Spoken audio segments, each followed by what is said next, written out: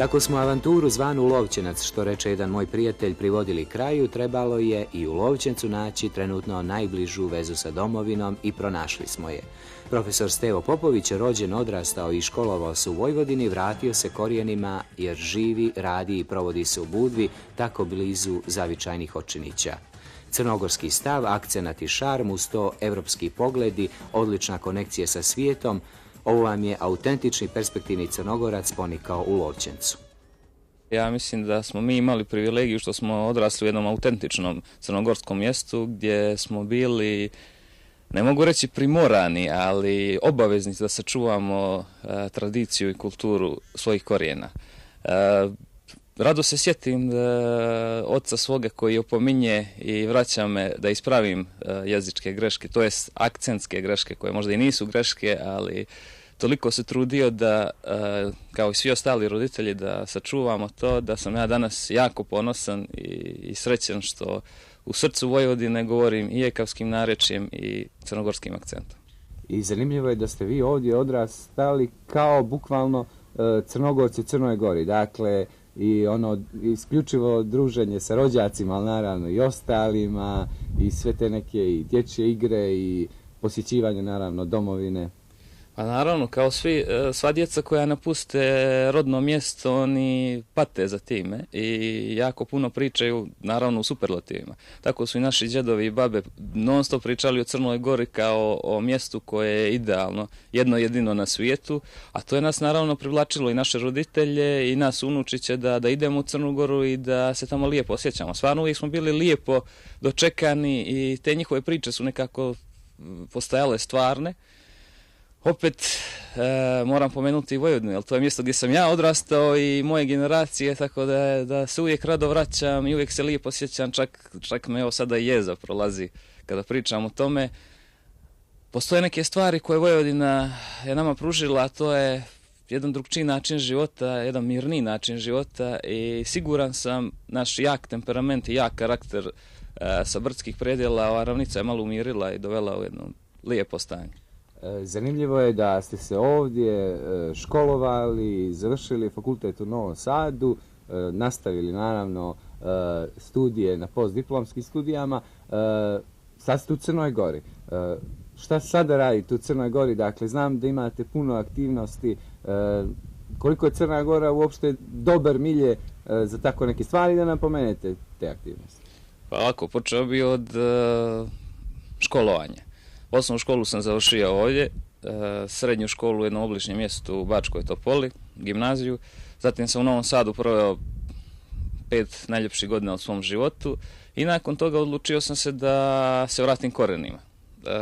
Nisam daleko od svog rodnog kraja, to je od svog rodnog mjesta, a to su Očinići, nedaleko od Cetinja. Trenutno sam u Budvi i trudim se da prenesem neke kulturne vrijednosti iz Vojvodine u Crnu Goru. Organizovali smo par nekih organizacija i uglavnom to što sam odrastao na strani me tjera da širim tu multikulturalnost i toleranciju među različitim ljudima, u stvari da širim različitosti, da pokazujem ljudima da je ono što je najvrednije u životu jeste upoznati različitosti. I kad se uporede djevojke u Vojvodini i ono u Crnoj Gori, kako je poređenje i kakav je utisak? Što se djevojaka u Crnoj Gori tiče, stvarno ti brdski predjeli utiču na, mogu slobodno reći, jednu uzvišenu ljepotu, ali ipak ovaj vojvođanski šarm djevojkama daje mnogo više ženstvenosti.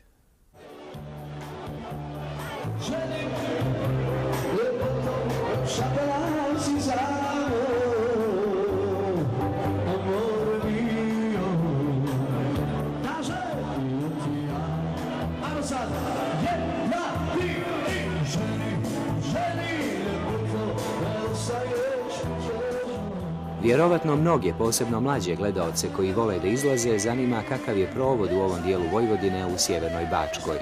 U Lovćencu se izlazi u kafić My Way koji je subotom prepun, u Džeku, to jest klubu Krstaš, je mirni provod. U Feketiću je omiljen kafić Bakardi, ipak najbolji je provod u Bačkoj Topoli i tamo Lovćenčani najradije izlaze. Opština udaljena 15 km od Lovćenca je centar dobrog provoda. Evo kako to izgleda u diskoteci Sky.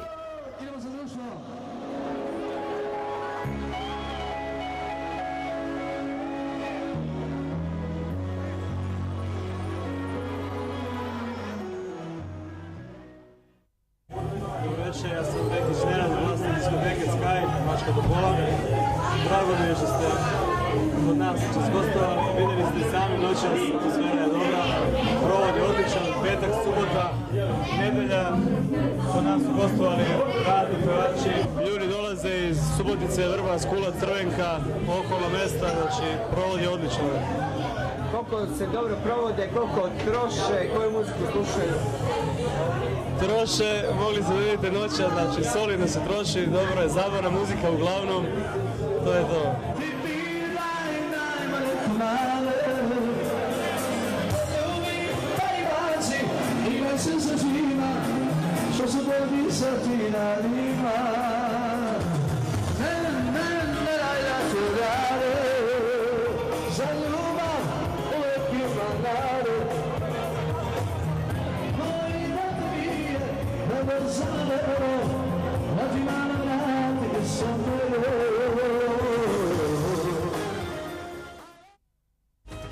Ove jeseni navršile su se 63 godine od kada je prva grupa Crnogoraca kročila na tlo današnjeg Lovćenca. 1981. ovdje je bilo oko 4000 stanovnika, od čega 2670 Crnogoraca, a 2002. za 435 manje, mada se i ukupan broj stanovnika Lovćenca smanjio.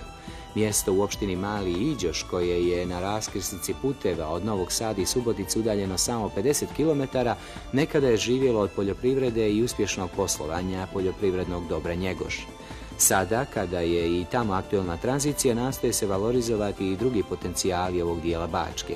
Time bi se smanjio odliv stanovništva u veće gradove, a samim tim i iseljavanje Crnogoraca iz ovog ponosnog centra naše dijaspore, koje je možda malo veličinom, ali veliko zbog očuvanog nacionalnog identiteta.